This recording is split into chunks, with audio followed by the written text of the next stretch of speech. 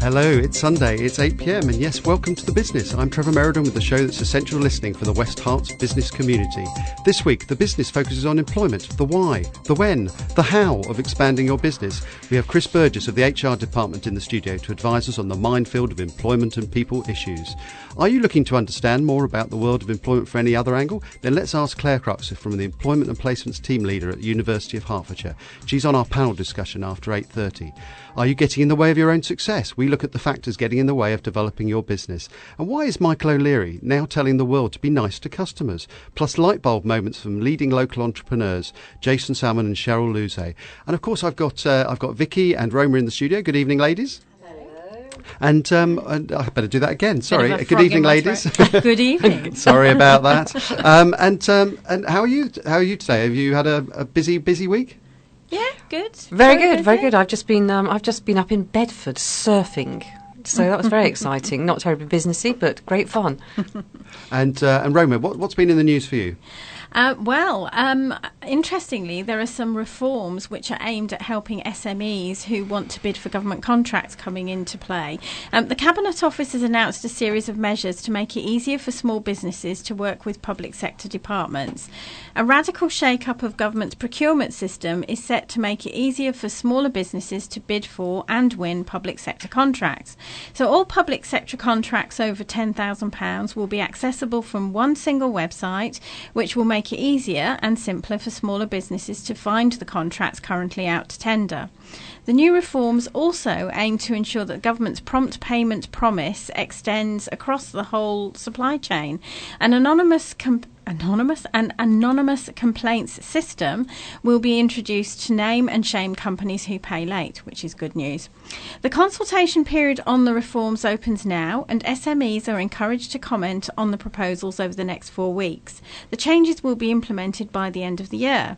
So with £230 billion per year spent on goods and services right across the whole public sector, government wants to seize the opportunity to help hard-working SMEs get on by competing for and winning this business. Great news on the surface, but I know from my own experience that the biggest stumbling block tends to be the pre-qualification questionnaires, the PQQs. They can be long and cumbersome, and that's often enough to put small business owners off. You just don't have the time to spend on these things. I guess we'll see what happens. I have to say I'm very cynical about it all. I did some analysis of about 20 contracts that went out to tender a couple of years ago, and actually what we found out was that and it wasn't anything to do with PQQs. All of the actual tenders went out to pre-existing relationships, even if they were a relationship with somebody that had moved from one company to another.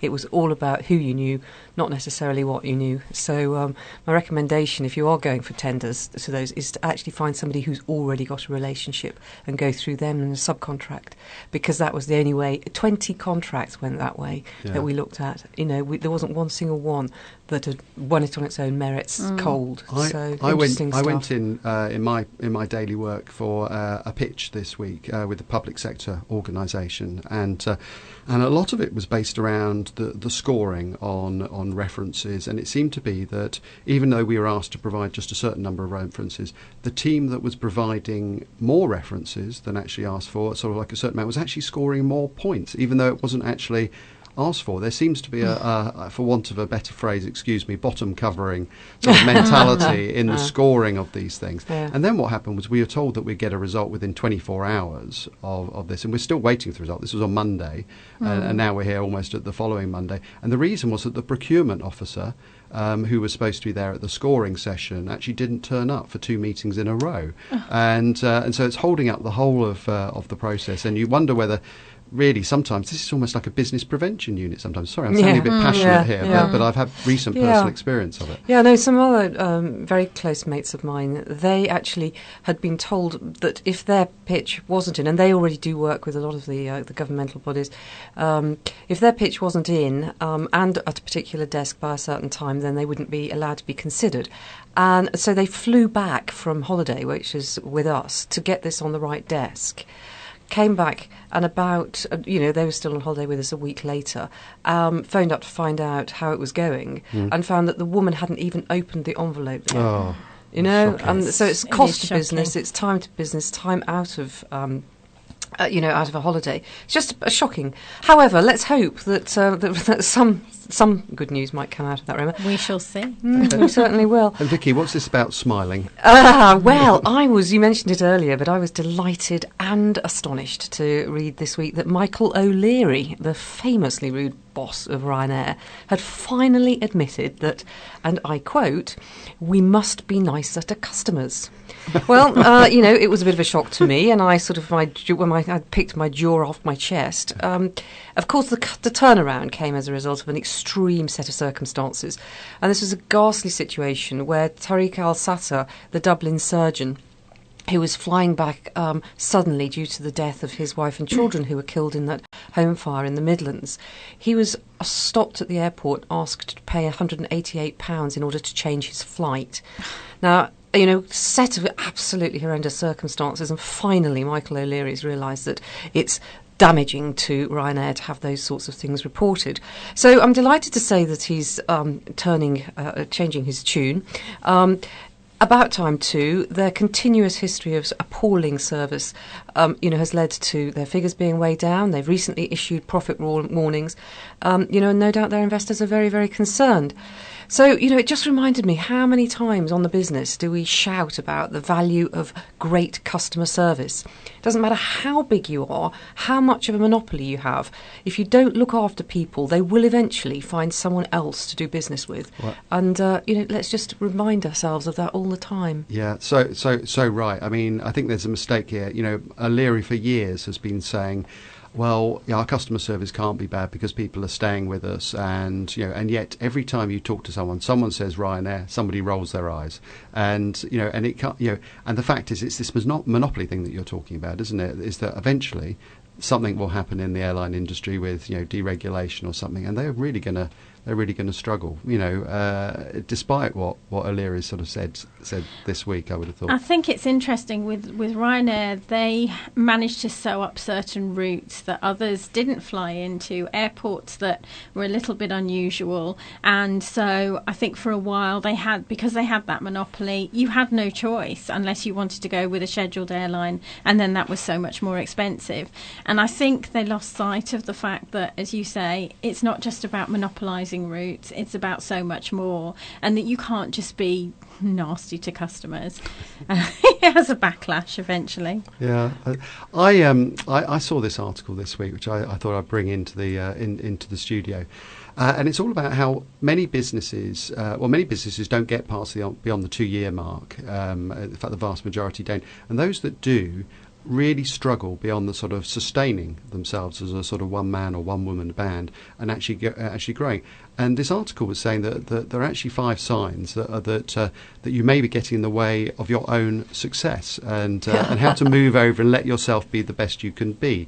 And I love these sort of 5 little signs, and I recognised a few of them in me, if I'm completely honest. Number 1, you're unable to complete a task before starting a new one. Some entrepreneurs just cannot finish for whatever reason. It doesn't matter how much time they have; they can't focus and get something done. You micromanage everything. Unsuccessful entrepreneurs want to do everything themselves. You're always right.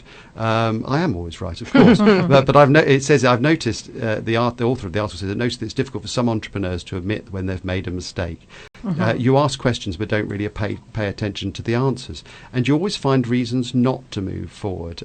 Personally, in my journey, I think I'm sort of moving on, sort of beyond that now. But it's a really, well, I hope I am. But it is a sort of common stumbling block for folk, isn't it? I mean, Roma, you sort of advise and guide a lot of businesses in this area particularly around the funding. I mean, it is, can they sort of move beyond themselves as the business? It's an interesting question. Ironically, at the moment, I'm just writing a conference paper on exactly this subject, pretty much this subject, looking specifically, though, at high-growth businesses and how they differ from what you would call non-high-growth businesses. And I think that differentiation is around exactly the issue of letting go, because a lot of that what we're talking about is the issue of letting go, isn't it? And also taking a risk, stepping forward and knowing that it's a good calculated risk, and it will help you kind of take your business to the next stage. I guess it's also down to what you want in terms of lifestyle. Is it a lifestyle business, or are you looking to grow your business with a view to selling it and exiting? I suppose that's true. So a lot of people just actually don't want to grow their businesses as well. But for those that do, they very often find it's a bit harder. Yeah. The challenges of success in some ways are sort of a bit harder. The challenges of just keeping it going. Yeah, I come across quite a lot of businesses where when there's almost not enough people at a high level that are challenging each other. So you've got, maybe one almost dictator who set the business up. It was his idea in the first place. He's got a few people that he's carrying along with him or her. But really they haven't got an awful lot of say in the business. That's when you get this sort of almost an inability to listen to anybody else's opinion. It's your business. You do it how I want to do it, and this is the way it's going to be. And then they wonder why they're losing people, they're losing customers, they're not moving as they had hoped, and then they start getting disillusioned. And then you have, that classic sort of dip, or the 5-year dip after the 3-year dip, and not realising that actually they've got to do things differently if they're going to take the next growth phase. They've got to bring more people into the business who can take away the responsibilities of doing things that they're not terribly good at. There's a huge number of people running businesses are good at what they set out to do. They're not good at man management. They're not good at IT. They're not good at HR. They're not good at all the things that actually make for a very successful growing business. Yeah, and that's a really interesting point, because playing to your strengths doesn't mean self-sufficiency. You can't be good at everything. And I think that's the dawning moment, isn't it, when people realise that actually they should just admit that there are certain things they're not good at, and then they can get on with the things that they are good at. So it's being comfortable with knowing that you can't be good at everything. Well, and employing people who are good at things you're not good at. There's a very big temptation for people to feel challenged and to feel undermined if there's somebody that's better than them. Actually, the best entrepreneurs, the best successful businesses employ people who are better than they are. That's how you move forward. And we've got a great guy to talk to in just a moment about some of these issues, the challenges of growing businesses, and many other employment, HR, people issues as well. And he'll be coming on just after this. It's Chris Burgess of the HR department. Hi, this is Danny Smith. Join me weekdays from 4 till 7 p.m. for West Harts Drive Time, with features including Chris's Film Club, Pound Saver, Community Notice Board, Calendar Artist, Hot Topics and many more besides. We also feature correspondents covering topics such as lifestyle, consumer advice, cooking, interior design and travel. We have regular interviews, local news and sports, celebrity birthdays, travel and traffic updates and competitions as well. That's all on West Harts Drive Time with me, Danny Smith, on 92.6 FM, Radio Verulam. Radio Verulam Community Partners.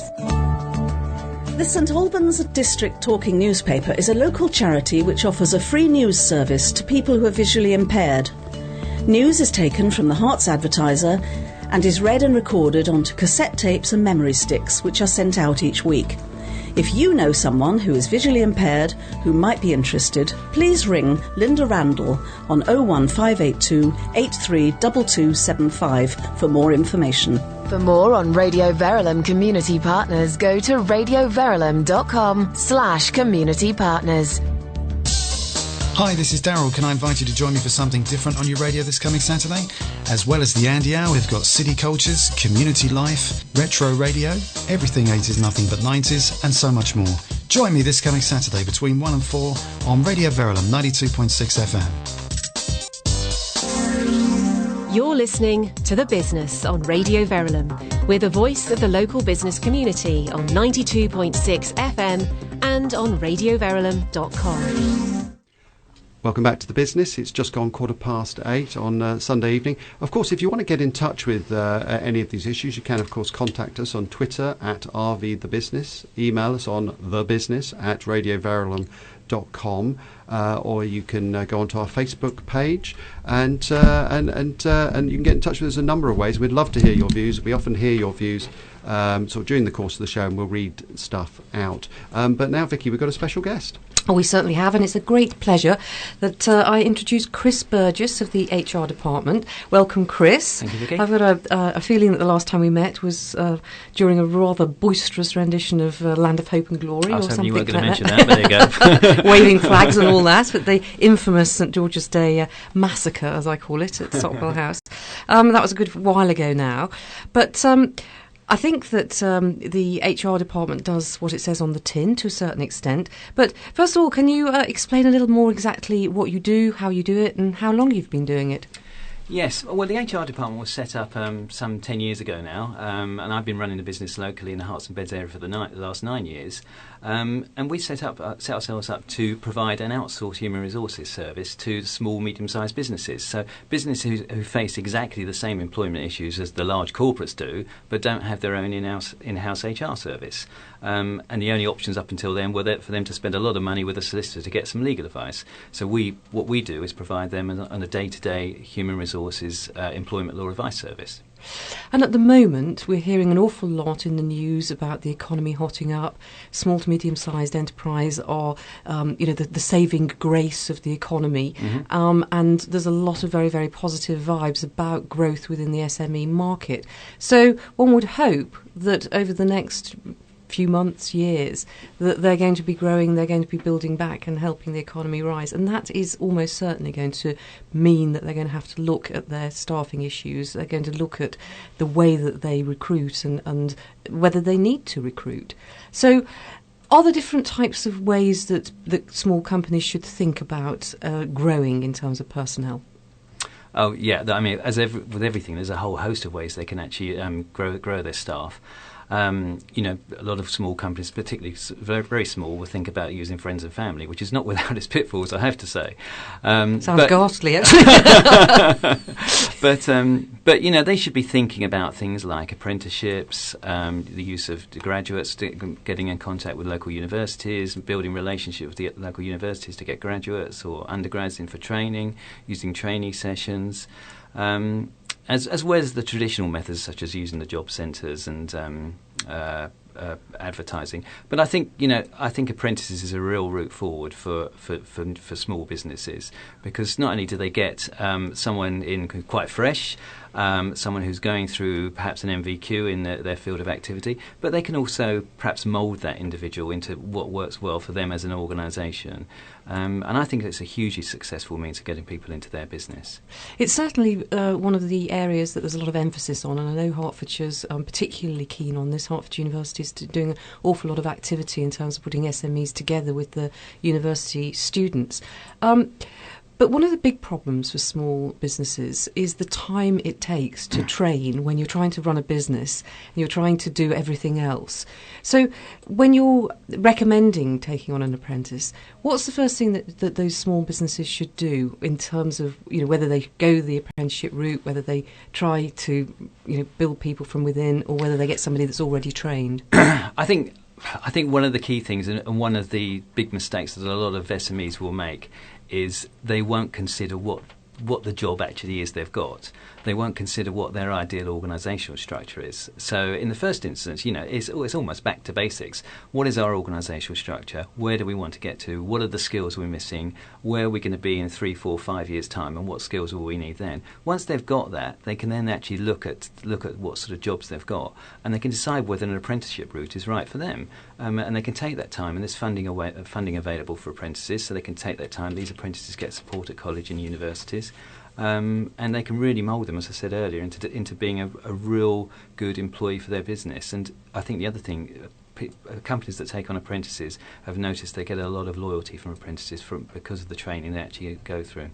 Oh, well, that's really good, because we also hear, certainly from the bigger firms, that they've got graduate recruitment programmes and things like that they have the graduates, they get them to the point at which they're useful, and then they all leave and go on to secondary jobs. So that an apprenticeship type of programme that breeds loyalty, that's interesting. Why do you think it does breed loyalty? I think because it's another route other than the graduate routes. An apprenticeship programme, it creates an opportunity for that individual.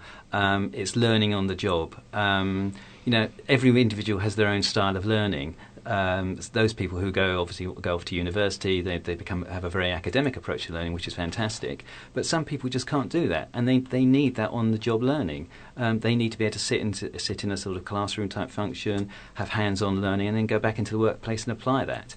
And I think that's why it works well for us for those sorts of businesses. So I'm a small business. I've recognised that I need some help. I've done a bit of planning, which I know not all small businesses are good at. I'm recognising the sort of person and the sort of structure that I'm looking for. I then sort of get terrified by the red tape and the rules and regulations that surround employment. How do people get around that? How do people understand these rules and regulations? Because they seem to be constantly changing, or is that just my imagination? Yeah, you're right. They are constantly changing. I mean, employment law changes every April and October. There's always some tweak to something or other, and when you're doing it as your profession, sometimes it's difficult to keep up. So for a business owner, obviously it's something that they're never going to keep up with, and it's like everything you do when you're running a business. You need to think about what you're good at, and I heard you mentioning this earlier on. What you're good at doing in terms of doing your job. Focus on what you're good at, and use external people to supply you with the skills elsewhere. Most small businesses will use an accountant. They need to think broader than that. They need to think about using a marketing person. They need to think about using an employment expert, using someone who runs an HR resource. And obviously that's what you do, so it makes a huge amount of sense. What do you see small businesses doing wrong mostly? I mean, what do you quite often called in to sort of pick up the pieces? Yeah, generally, and unfortunately, a lot of our work involves what we term as performance management. So it's about small businesses owners saying perhaps one of their employees is not performing particularly well, or they don't know how to deal with it. Actually, the crux of most of the issues is communication. And you always hear communication, but talk to your people. A lot, with new employees, design a good induction program for them. A lot of times we hear employees have joined an organisation. They may be on a 6-month probationary period. Get to the end of the probationary period, the business owner is tearing his or her hair out because they think they're no good. But actually, they've never spoken to them in the whole of that 6 months. The individual doesn't know what's expected of them. The employer is saying they're not doing what I want them to do, so there's no communication. So I think designing a good, detailed induction program with regular reviews for new employees is hugely important. It's a bit like a marriage. When you get married... When I get married. Sorry, I was going to say, when you get married, you go through this process of trying to understand each other. That's what it's like being an employee and an employer. So communication's absolutely crucial. Chris, just on at that point, I mean, sometimes you're going to have to tell people, bosses of companies who have called you in to deal with some difficult person, that actually the root cause of the problem is actually themselves, the boss. I mean, we were just talking about this just now in terms of how much leaders get in the way of the growth of their own business and the development. I mean, that's a difficult one, isn't it? I mean, in terms of the diplomatic sort of tightrope you have to walk. I mean, how do you tell someone that actually, well, you got yourself into this mess? You're right. It's certainly difficult, especially if you want to retain the business with them. But no, you're absolutely right. And it's sometimes you feel a little bit like saying, "Well, don't shoot me. I'm only the messenger." But you need to understand this is the situation. And some business owners take quite some time in terms of convincing that actually, okay, there is some employment law there. You do need to follow it, no matter what you think. But yeah, you just have to work with them. You have to make them understand it.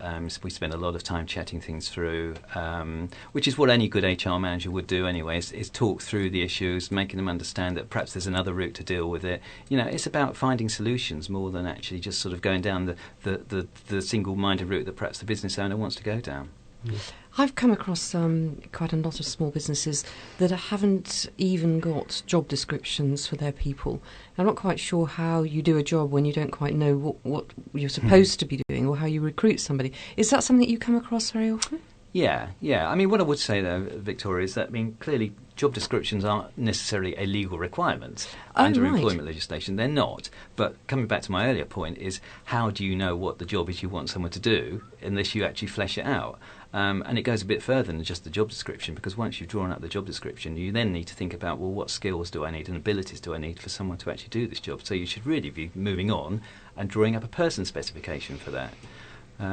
But yes, a lot of organisations will not have that, particularly the smaller ones, because you need to have and I understand this, you need to have a degree of flexibility. One day you might be doing the accounts, the next day you might be fixing the sink or something. But yeah, you need to have a degree of flexibility. But as business develop and grow bigger, structure becomes much more important. Now, we talked about the small businesses not really needing, full-blown HR departments, and hence your HR department is a sort of virtual operation. Mm-hmm. How much HR do small companies need? If that's not too big a question. Well, I think they always need it, but they don't always need it day in, day out. So many of our clients, for instance, we might not speak to for 3 or 4 months, and then they have a particular issue that could mean we're speaking to them every day for the next 3 or 4 weeks, and dealing in that respect. So I think they need access to it. They need to understand that employment law is complex. They can't do it all themselves. So as soon as they feel that they have an issue or they have a problem or they want some advice, they need to speak to someone up front before they take any action.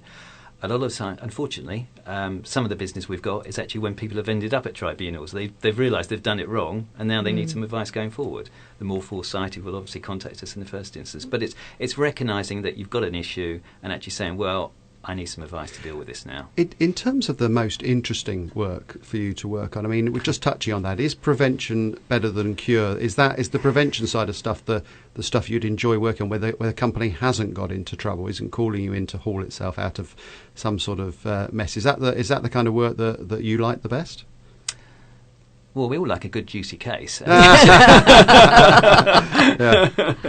But I suppose many occasions, yes, we think to ourselves, well, actually, if you'd involved us on the outset, this would be a lot easier now, and we could resolve this with you, and we could have got a pragmatic solution. So yes, I guess that's right. We'd rather be involved from the outset to prevent it happening. Yeah. And how do small businesses budget for help of the nature of the HR department? I mean, how do you figure out how much you ought to be putting aside to make sure that you've got the right sort of support? Well, it's quite interesting because some of our clients actually say, we just see you as an insurance. We know you're there. We know if we need some advice, we'll get it, and we'll get it quickly.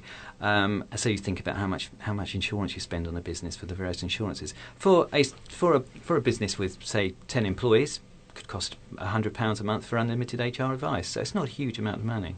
And it sounds as though if things go wrong, it could be an awful lot more expensive than that. Absolutely. An employment tribunal could be £74,000 for unfair dismissal, unlimited for discrimination claims. So, yeah. Wow, that sounds terribly, frighteningly expensive. One final sort of question, and I know this is sort of terribly difficult, but if there was just the one piece of advice that you could give out to small to medium-sized businesses now about HR, what would it be? I think I might have already touched on this, actually, but that's communicate. Speak to your employees before the issues get worse. Speak to your employees, get some response from them, and seek advice. Fantastic. Thank you enormously, Chris. I think we're going to join the panel a bit later. Before we leave you, can you just tell everybody how people can get in touch with you at the HR department? Yes, they can get in contact with us through our website, www.hrdepartment.co.uk, or call our office number on 0845 777 2025. Well, some great advice. Thanks ever so much, Chris. Great. The Solid Gold Music Show on Radio Verulam is with you on Saturday mornings between 9 a.m. and 1 p.m. Join Derek Staines and Stephen Hall as they flash you back, value discs, have a brief biog and interview the stars. We also allow SJH to ramble down nostalgia lane. It's all on the Premier Oldies show here on 92.6 FM. The Solid Gold Music Show, sponsored by Dockguard of Luton. The premier event in the Hertfordshire Drinkers Calendar is back, with hundreds of real ales, ciders and more on offer. The St Albans Beer and Cider Festival, 11 a.m. to 11 p.m. each day at the Auburn Arena from the 25th to the 28th of September. Entertainment includes music from the Faith Dealers, Nimmo Brothers and Larry Miller.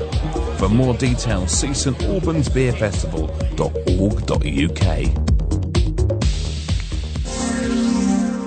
If you want to get in touch with the business on Radio Verulam, phone us on 01727 839 926 or email thebusiness@radioverulam.com. Welcome back to the business. It's just after 8:30 on Sunday evening. Now then, you know that we love your top tips, best and worst decisions, light bulb moments, and we get them in their droves. And it's a great part of the sort of interactivity of this show. We had Jason Sammon in as a guest not so long ago. If you remember, he's from FL1 Group, and he was interviewed by Clare McAnulty, and this is what he said in terms of his top tips. I've got Jason Sammon with me from FL1. Can you just tell me, Jason, what has been the best decision so far in your business? I think one of the best decisions that we ever made was starting to blog and to get on all the social media networks. And once we did that, it was really easy to put in place a newsletter that then just distributed that same content.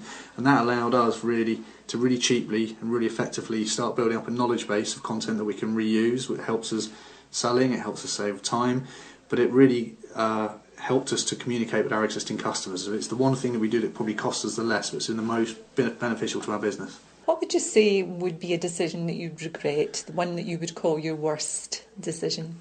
We didn't plan enough when we started. We kind of walked straight into the business. We didn't know what our competitors were doing. We didn't know what we should be charging, how we should be running our projects, and I think we paid for that. So yeah, we didn't plan, and they do say that failing to plan is planning to fail.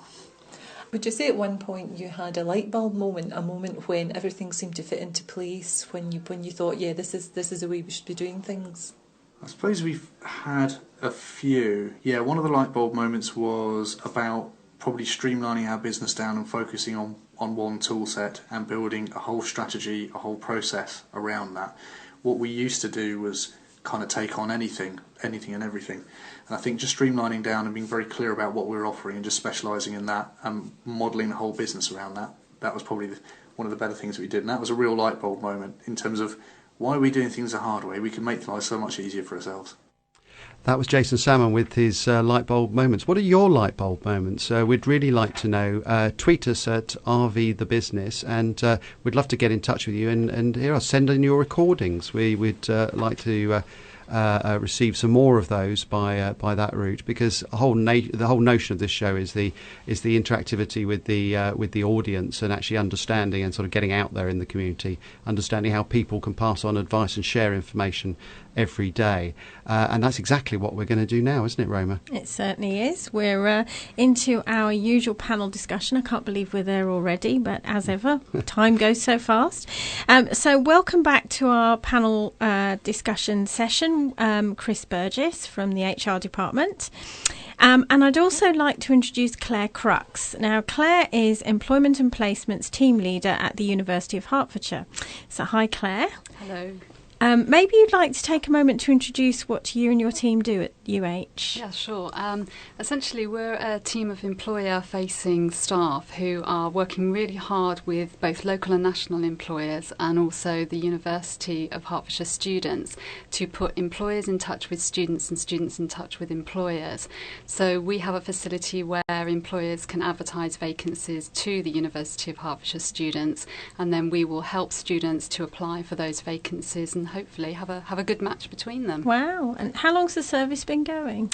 Well, it's a relatively new service in its present form. So we were formed about 2 years ago, and we've got a really strong employer-focused team. So we're reaching out to the local community and building more links with SMEs in the area. Brilliant. And how do you actually engage the SMEs? What sort of things do you do with them? Well, we're really keen to have SMEs come onto campus and talk to the students, because we found that quite often students aren't particularly knowledgeable about working for SMEs. Lots of graduates think they're going to work for massive organisations and miss the great opportunities that SMEs have to offer.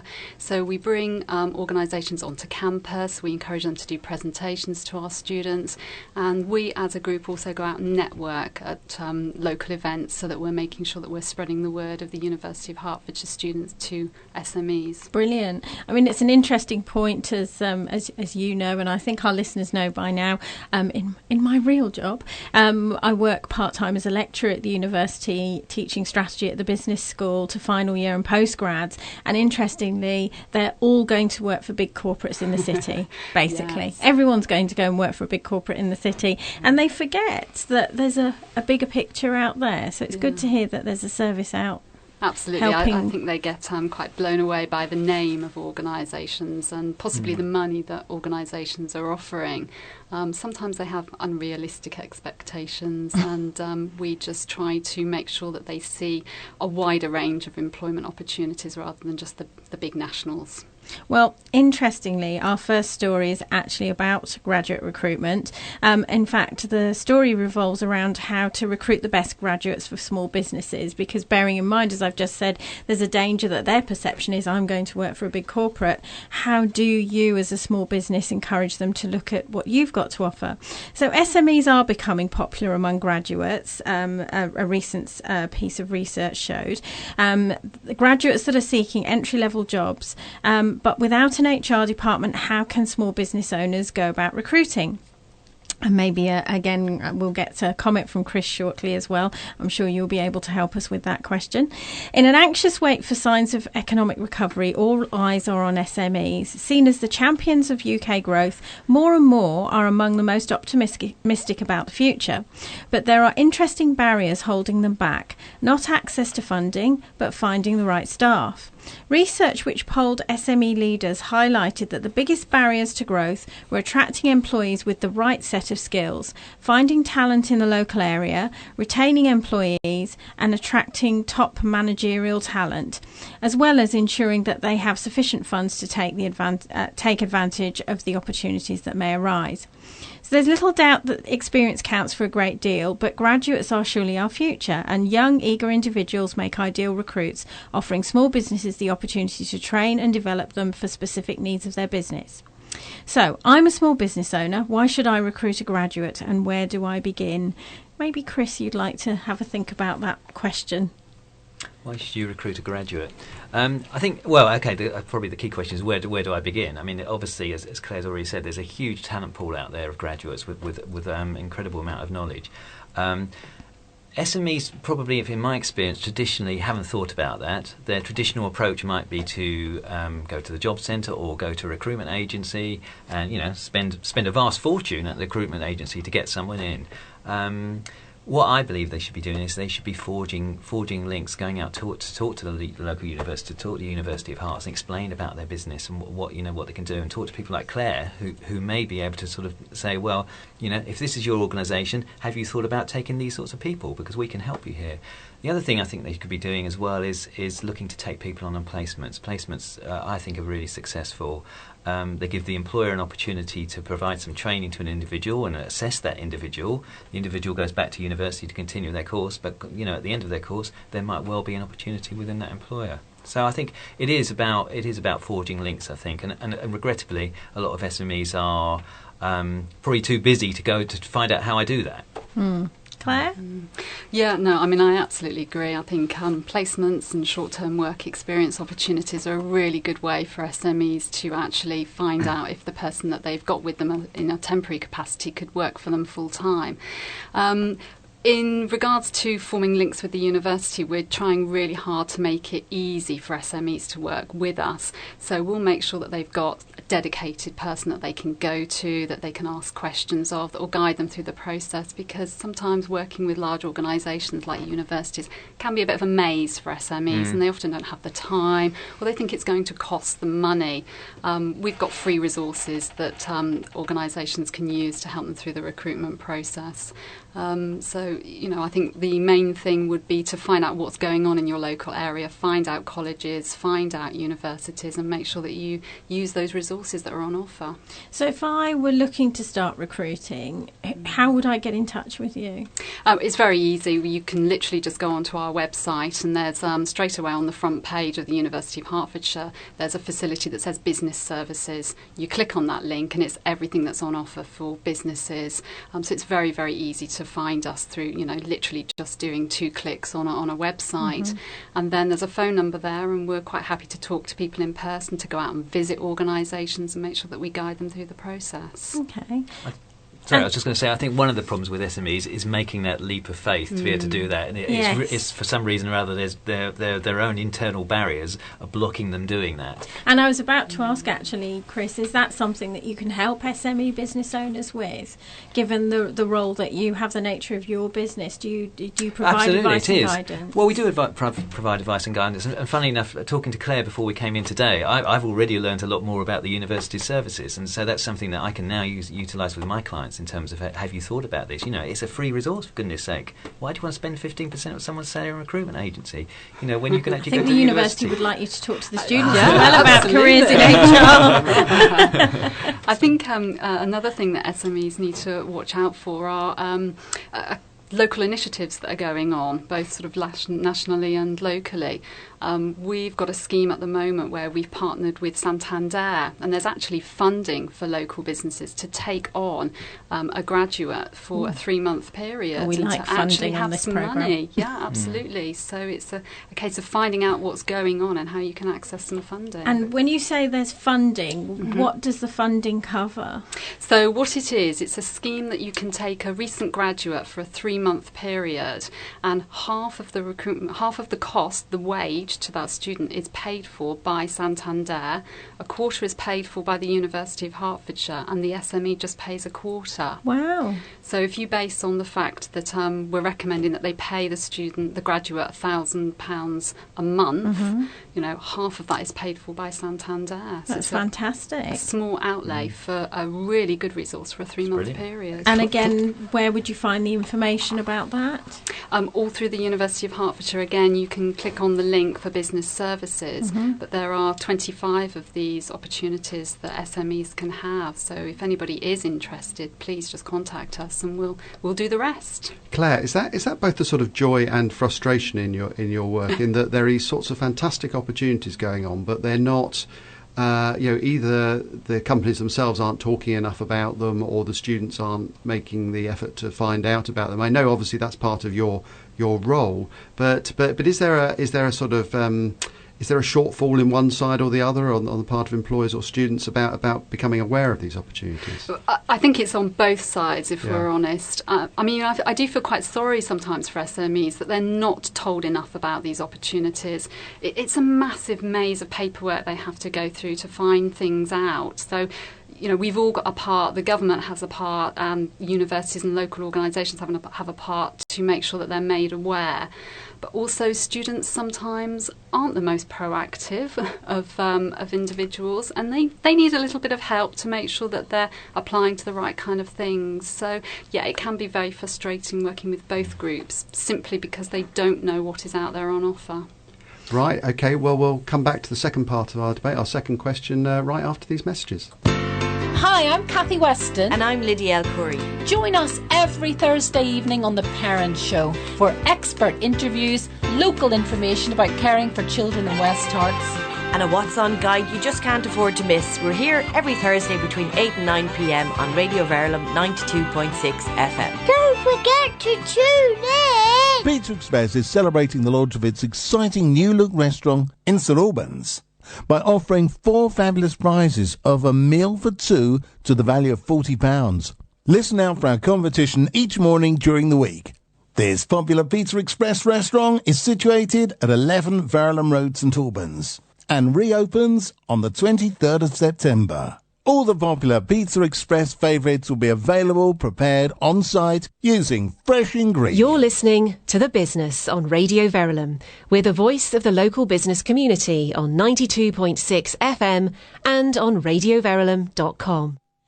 And so we're back to our panel discussion. It's all getting very exciting. We've just discovered another funding stream, haven't we, Trevor? Fantastic. We like funding. Funding for small business. And as Claire and Chris pointed out, the biggest issue, I think, is SMEs understanding how to access different types of funding scheme or different schemes, full stop. And it's great to hear that there's actually an opportunity to recruit placement students for a 3-month period through the Bank of Santander scheme that you're running with the University of Hertfordshire. Absolutely. And so one thing I didn't ask you to do was to give the web address for the university. Sure, yes. It's a nice simple one. It's just hearts.ac.uk, and on the front page you will see that there's an icon that says Services for Business.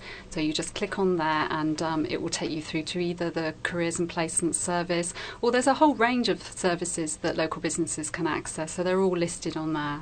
And do you have any events that business owners can go along to? Yeah, we've actually got excuse me, a networking event that's happening next week on the 27th for SMEs in Hemel Hempstead. It's a breakfast, a business event where we're talking about funding and talking about how to grow SME businesses.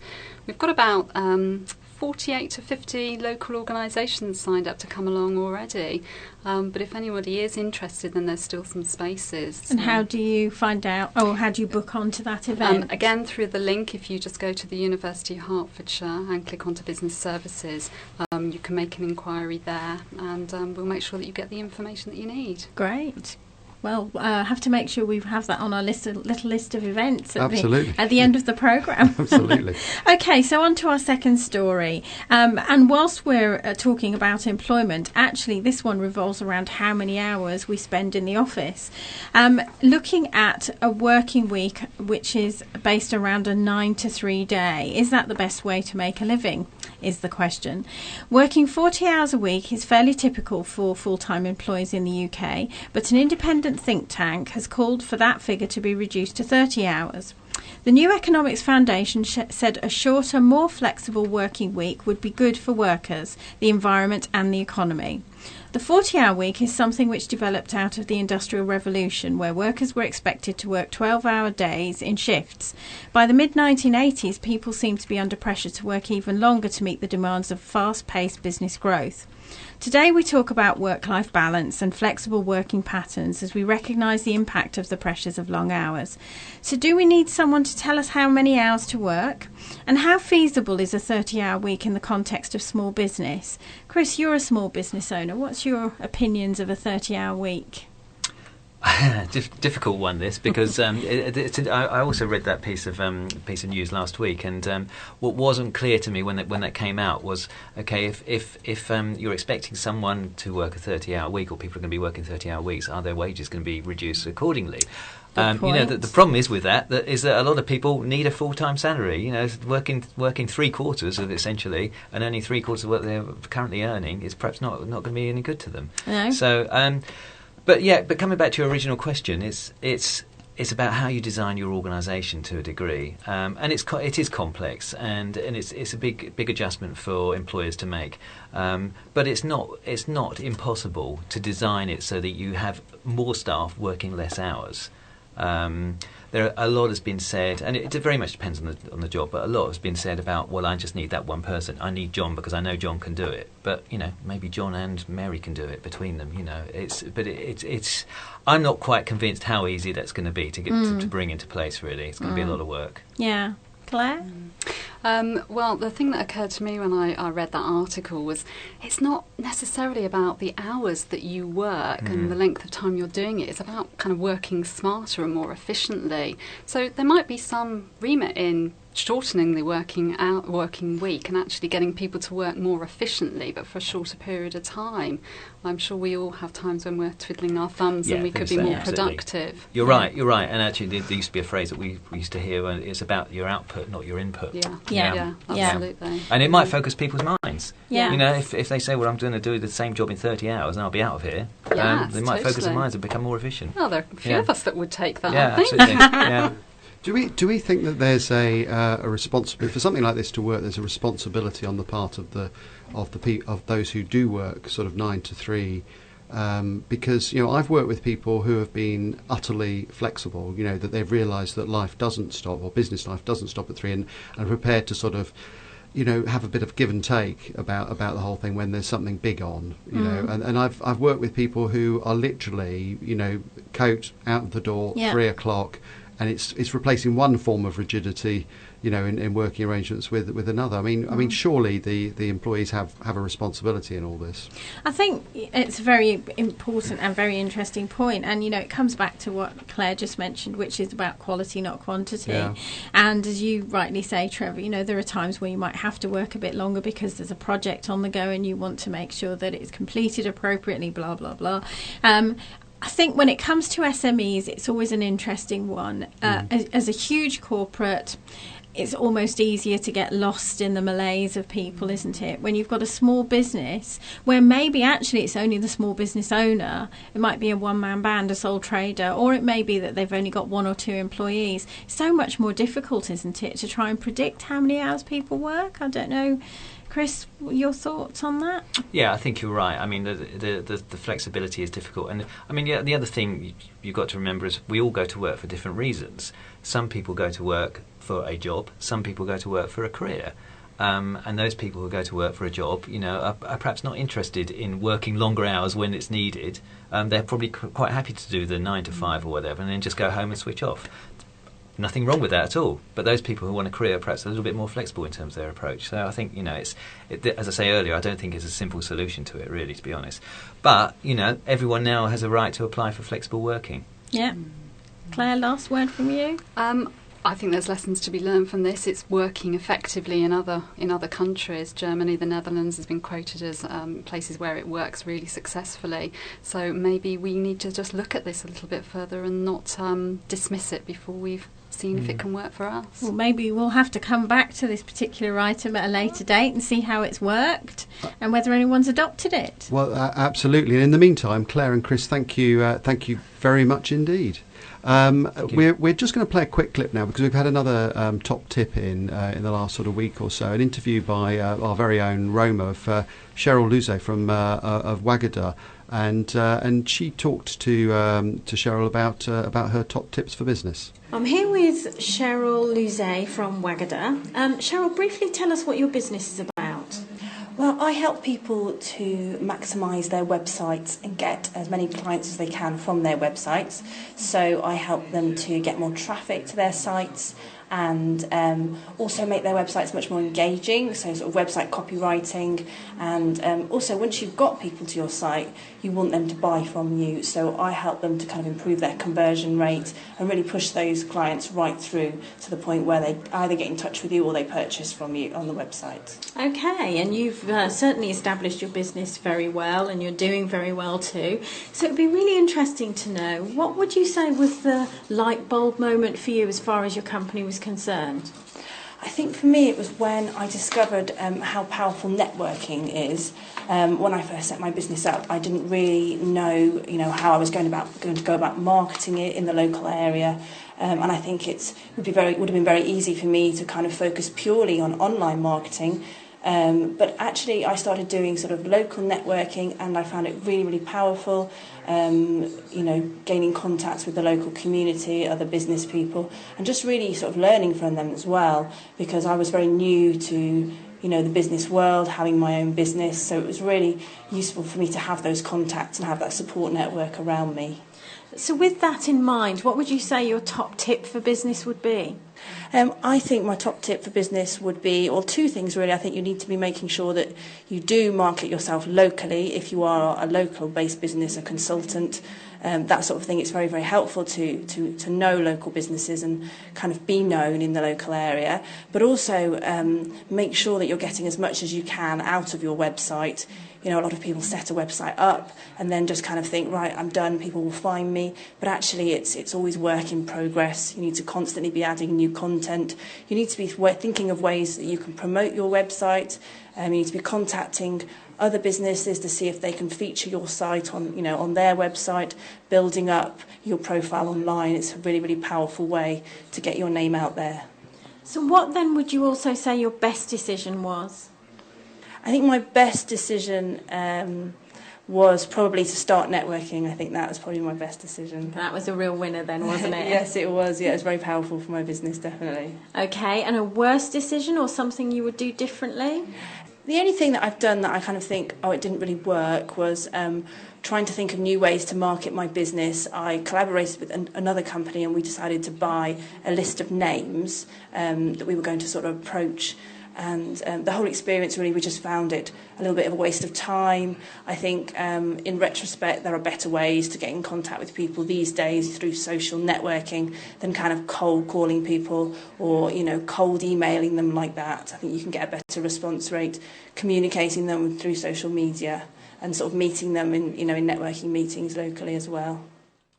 And that was Cheryl Luzet from Wagada. And now we're just coming up to 5 minutes to 9, and it's time to do our diary, a roundup of what's coming up in the local area. And Roma, just a quick repeat of what we heard from Clare. Yes, this exciting event that Clare mentioned, run by the University of Hertfordshire, and I think in conjunction with a number of other business agencies, on the 27th of September in Hemel Hempstead. It's a breakfast networking event. There are still places, as Clare mentioned, and if you go to the Hertfordshire University website, hearts.ac.uk, then you can have a look at events and book yourself on. Do it quick. Absolutely. I've just seen another one, actually. I've just been onto their website, the Autumn Careers and Placements Fair as well, 23rd of October. 11 till 3 at the De Havilland campus, so that's another one, 23rd of October. So we've got a few events to talk about. Vicky, I think you've got another one there. The St Albans District Chamber of Commerce has got a business networking lunch on Friday the 11th of October at Sopwell House Hotel. Now, I was first of all a little bit flabbergasted that the cost of the tickets was £59. However, I then read that actually Mr Gove is going to be talking. The Gove? The Michael Gove. The Right Honourable Michael Gove, MP and Secretary of State for Education, is going to be coming along to talk about how the government is preparing young adults to be ready for your business.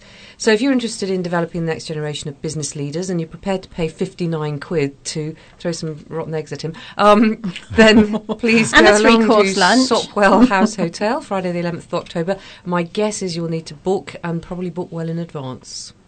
Right, okay. I can also see the Heart Expo on November the 19th. It's one of the biggest networking events in Hearts. I think we mentioned it before, but it's well worth a visit. You go to www.thehertfordshirebusinessexpo.co.